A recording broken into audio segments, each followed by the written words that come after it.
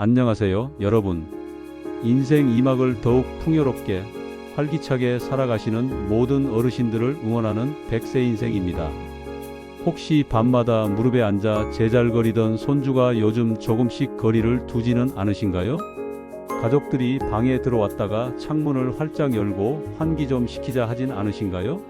매일 깨끗하게 샤워하고 향수도 뿌리고 비누 향이 나는 옷을 입어도 여전히 사라지지 않는 냄새 때문에 마음 한켠이 불편했다면 오늘 이 영상이 바로 여러분의 고민을 해결해 드립니다.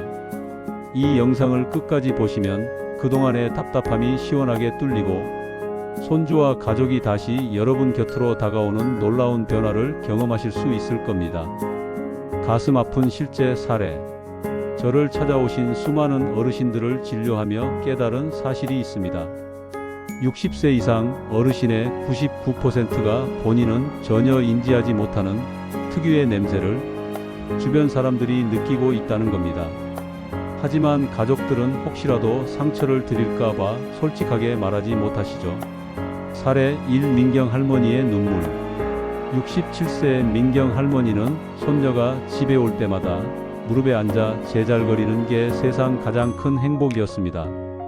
그런데 어느 날 손녀가 할머니를 안아주지 않고 살짝 몸을 피하는 듯한 느낌을 받으셨습니다. 어느 날 손녀가 무심코 한 말이 할머니 마음을 무너뜨렸죠. 할머니, 옷에서 나는 냄새가 왜 이렇게 꿉꿉해? 그날 밤 민경 할머니는 이불을 뒤집어 쓰고 한참 울었습니다. 이후 손주는 예전처럼 무릎에 앉지 않았고 할머니는 매일 불안과 걱정 속에서 하루하루를 보내셨습니다. 사례 2. 상현 할아버지의 외로운 하루.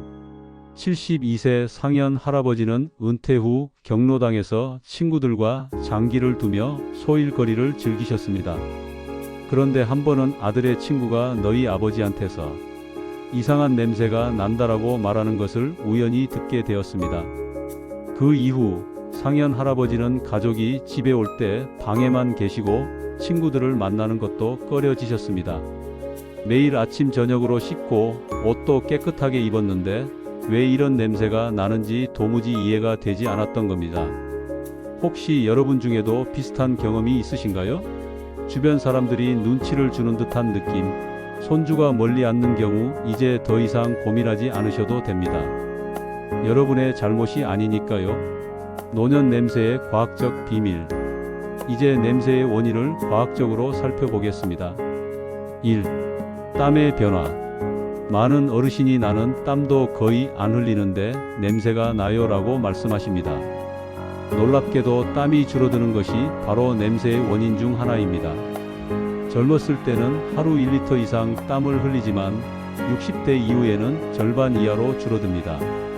땀은 몸속 노폐물과 독소를 배출하는 자연스러운 청소부인데 땀이 줄면 피부 표면에 노폐물이 쌓이고 세균이 이를 분해하면서 냄새를 발생시키는 겁니다. 2.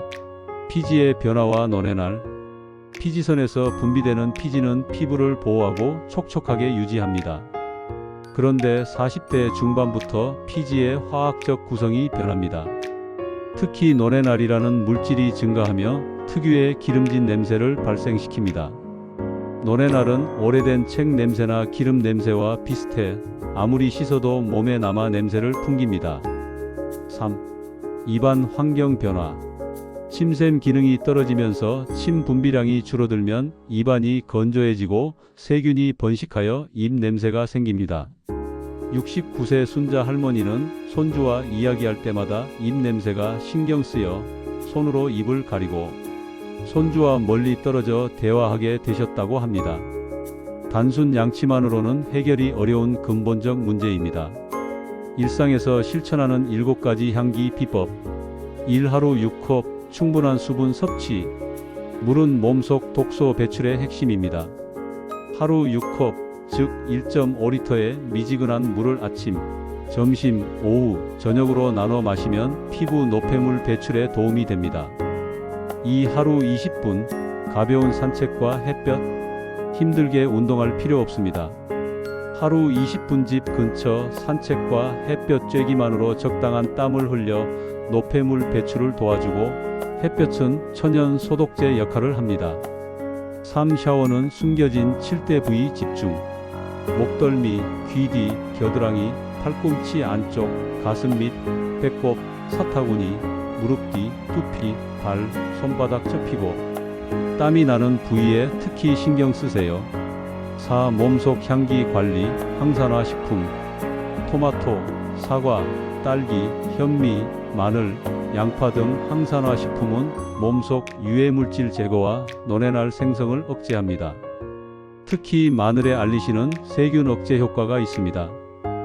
5. 입안 관리, 혀 클리너와 침 분비 촉진.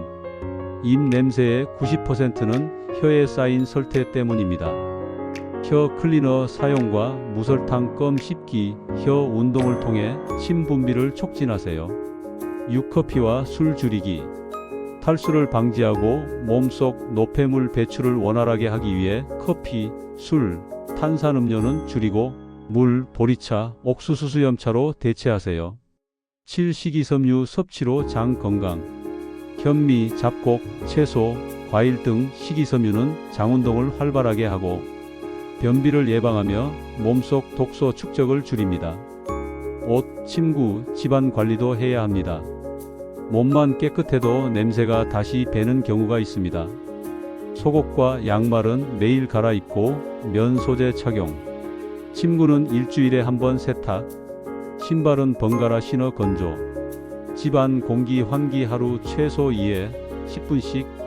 6개월 전 65세 김영자 할머니는 모든 비법을 실천했습니다. 매일 아침 저녁 30분 산책.